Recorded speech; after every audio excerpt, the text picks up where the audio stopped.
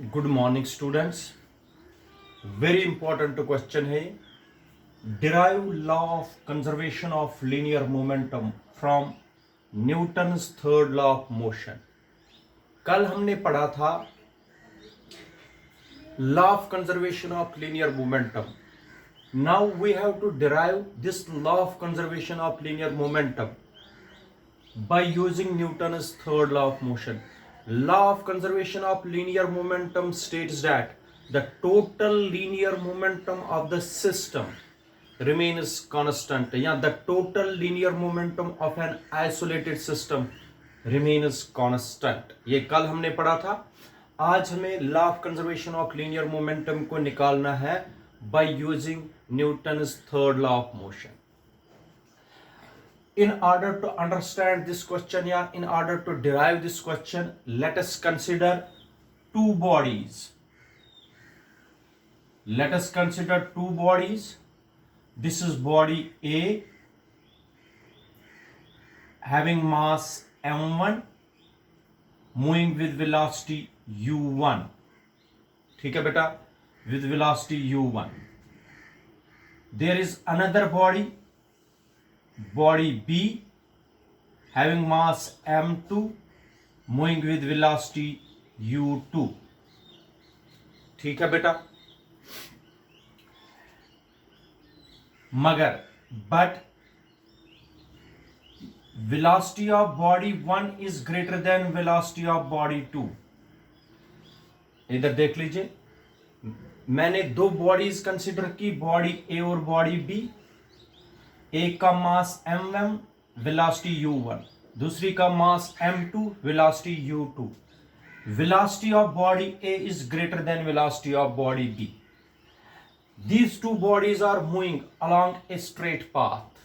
ठीक है बेटा, मगर इस बॉडी की वेलोसिटी इससे ज्यादा है, इसलिए थोड़ी देर के बाद चलने से, क्योंकि ये this body A is the velocity of body A is greater than velocity of body B. जब ये नजदीक आएगी, क्योंकि इसकी वेलोसिटी ज्यादा है, after some time the two bodies collide with each other. दो बॉडीज कोलाइड करेंगे। दो बॉडीज ने, बॉडी A और बॉडी B ने कोलाइड किया। जब कोलाइड किया, then after the collision the two bodies moving with velocities v1 and v2, body A और बॉडी B जिसका मास m1 है, इसका मास m2 है। इधर देख लीजिए, बिफोर कोलिजन, ये डायग्राम है बिफोर कोलिजन। बिफोर कोलिजन, अभी इन्होंने आपस में कोलाइड नहीं किया है बेटा। Before collision, the body A has mass m1 moving with velocity u1. The body B has mass m2 moving with velocity u2. After some time, they collide with each other. Collide क्यों करेंगे? Because the velocity of body A is greater than the velocity of body B. That is why these two are colliding with each other. इसका मतलब हो गया during collision. This is during collision. और आप सबको पता है when these two bodies will strike each other, body B लगाएगी A पर फोर्स, A लगाएगी B पर फोर्स। जो A पर फोर्स लगेगा, that force is FAB, force acting on body A due to body B। ठीक है, और B पर कौन सा फोर्स लगेगा? FBA. This is force acting on body B due to A. This is FAB. What is FAB? Force acting on body A due to body B. What is FBA? Force acting on body B due to A. After collision, let the two bodies move along the same straight line. This is after collision. After collision, the two bodies are moving along the same straight line with velocities v1 and v2 having mass m1 and m2 respectively. ठीक है बेटा, ये diagram before collision, during collision, after collision. अगर velocity body ए की ज्यादा नहीं होगी तब कोलाइड नहीं करेंगे, ठीक है। अब पहले सिर्फ आप लोग बिफोर कोलिजन वाले, बिफोर कोलिजन, शाबाश बेटा, बिफोर कोलिजन बॉडी ए और body B is an isolated system, no external force is acting on it, it is isolated system। शाबाश बेटा। before collision total linear momentum of the system, total linear momentum before collision, total linear momentum सबको पता है, linear momentum होता है मास multiply velocity, m into v। शाबाश। Total linear momentum of the two bodies before collision, इसका linear momentum कितना है, m1u1 plus इसका कितना है, m2u2। इसको क्या पढ़ेंगे, total linear momentum of the two bodies before collision. शाबाश। फिर करेंगे हम आफ्टर कोलिजन, आफ्टर कोलिजन। शाबाश, बता दीजिए total linear momentum of the two bodies after collision. शाबाश। Total linear momentum after collision, total linear momentum after collision of the two bodies. Collision के बाद इनका लीनियर मोमेंटम कितना रहेगा, m1v1 प्लस m2v2। ठीक है बेटा, ये हो गया total linear momentum of the system after collision, ये आ गया। अब ये हो गया step first, this is step first. Now step second, ध्यान से देखिए बेटा, बॉडी ए का लीनियर मोमेंटम था पहले m1u1, बॉडी बी का लीनियर मोमेंटम था m1v1। ठीक है, change in linear momentum,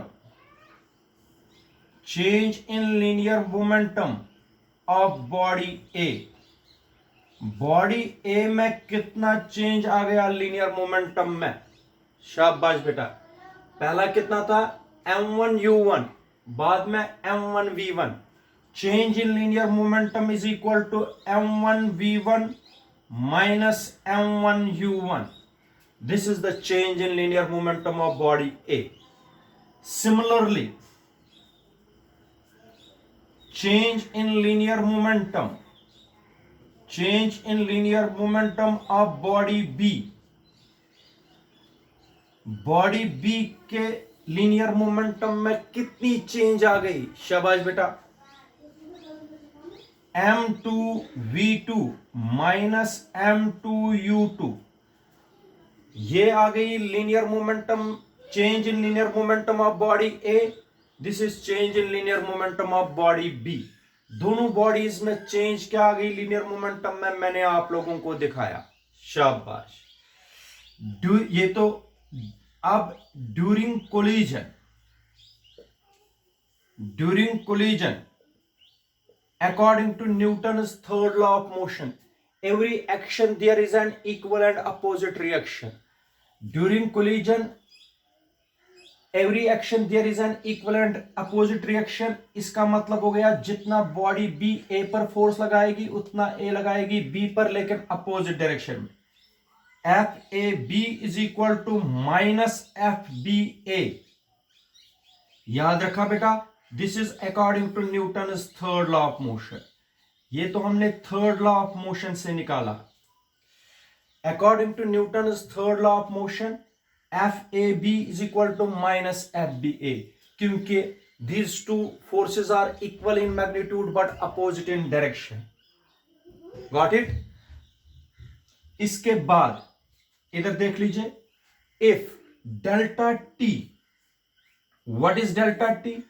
Delta t is the small time interval during which the two bodies collide with each other.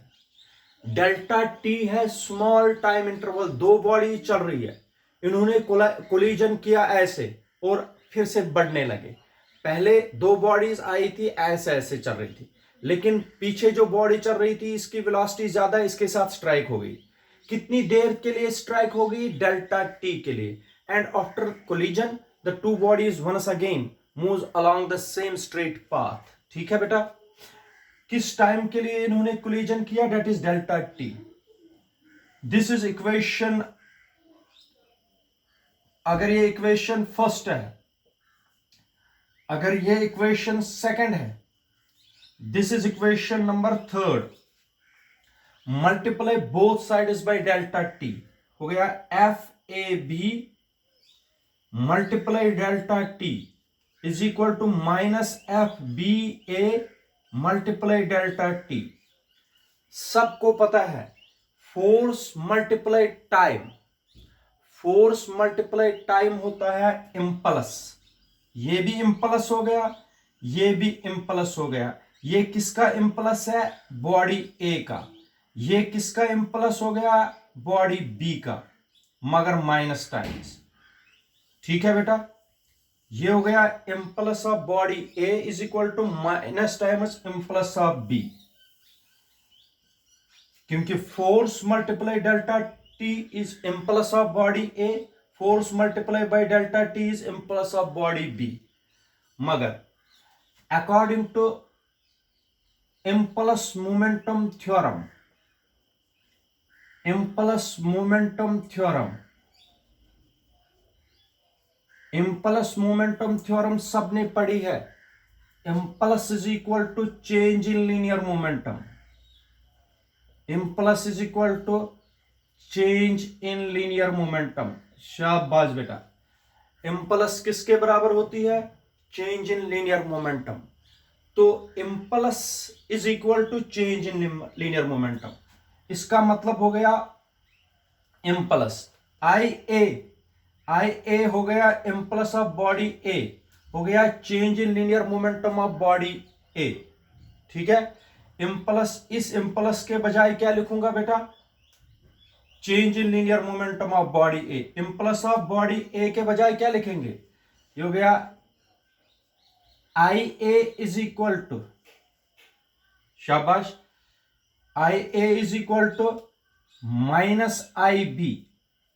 Impulse of body A is equal to change in linear momentum of body A. Change in linear momentum of body A क्या आया है? m1 v1 minus m1 u1. This is the impulse is equal to, impulse of body A is equal to change in linear momentum of body A. ये किसका change है? Linear momentum change, this is change in linear momentum of body A. यही बराबर है minus times impulse of body B. Impulse of body B कौन है बेटा? impulse of body, change in impulse of body B, change in linear momentum of body B is m2 v2 minus m2 u2, m2 u2। ठीक है बेटा, इसका मतलब impulse of body A is equal to change in linear momentum of body A, impulse of body B is equal to change in linear momentum of body B। Minus से multiply करिए, m1 v1 minus m1 u1 is equal, शाबाश, बता दीजिए, minus m2 v2 plus m2 u2। ठीक है, इस minus से multiply किया। इसके बाद m1 v1 ये वाला इधर लाइए, हो गया plus m2 v2 is equal to, इसको इधर लो, m1 u1 plus m2 u2। ठीक है, इसको यहां लिखेंगे, इसको यहां लिखेंगे, हो गया m1 u1 plus m2 u2 is equal to m1 v1 plus m2 v2। आप देख लीजिए बेटा, what is m1 u1 plus m2 u2? Equation first में m1 u1 plus m2 u2 क्या है बेटा? Total linear momentum of the system before collision. टोटल linear momentum of the system before collision. Total linear momentum of the system before collision हो गया ये, is equal to total linear momentum of the system after collision. Total linear momentum of the system after collision आ गया ये. Total linear momentum of the system before collision is equal to total linear momentum of the system after collision. इसका मतलब हो गया total linear momentum of these two bodies before collision is equal to the total linear momentum of the system after collision. इसका मतलब before collision and after collision total linear momentum of these two bodies will remain constant. कोई change नहीं होगी total linear momentum में. This is called law of conservation of linear momentum. This is called law of conservation of linear momentum. इसी को बेटा बोलते हैं law of conservation of linear momentum.